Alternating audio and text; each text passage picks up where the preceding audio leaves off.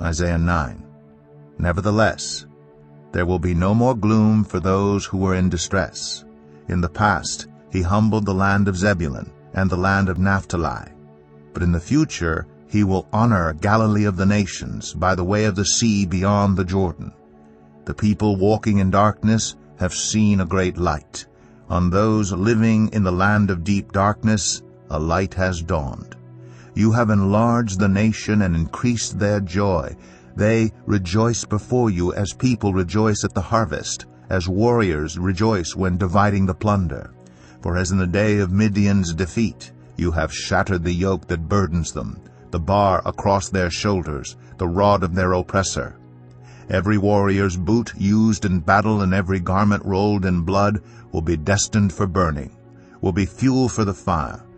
For to us a child is born, to us a son is given, and the government will be on his shoulders. And he will be called Wonderful Counselor, Mighty God, Everlasting Father, Prince of Peace. Of the greatness of his government and peace there will be no end. He will reign on David's throne and over his kingdom, establishing and upholding it with justice and righteousness from that time on and forever. The zeal of the Lord Almighty will accomplish this. The Lord has sent a message against Jacob.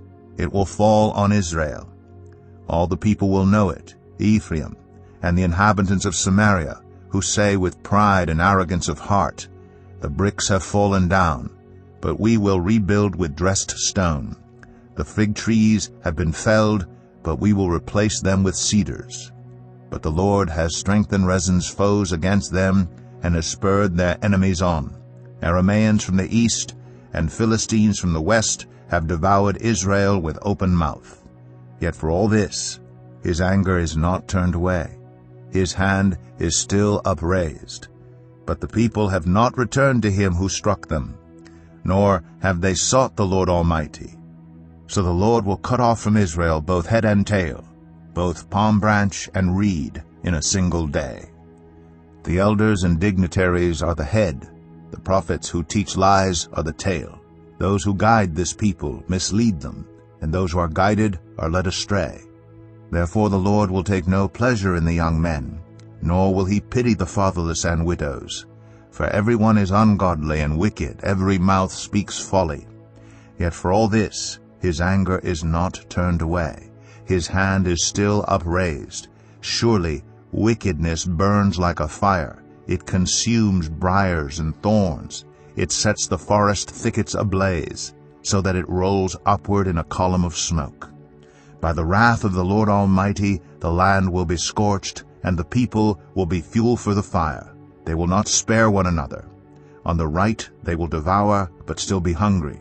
On the left they will eat, but not be satisfied. Each will feed on the flesh of their own offspring. Manasseh will feed on Ephraim, and Ephraim on Manasseh. Together they will turn against Judah. Yet for all this his anger is not turned away. His hand is still upraised.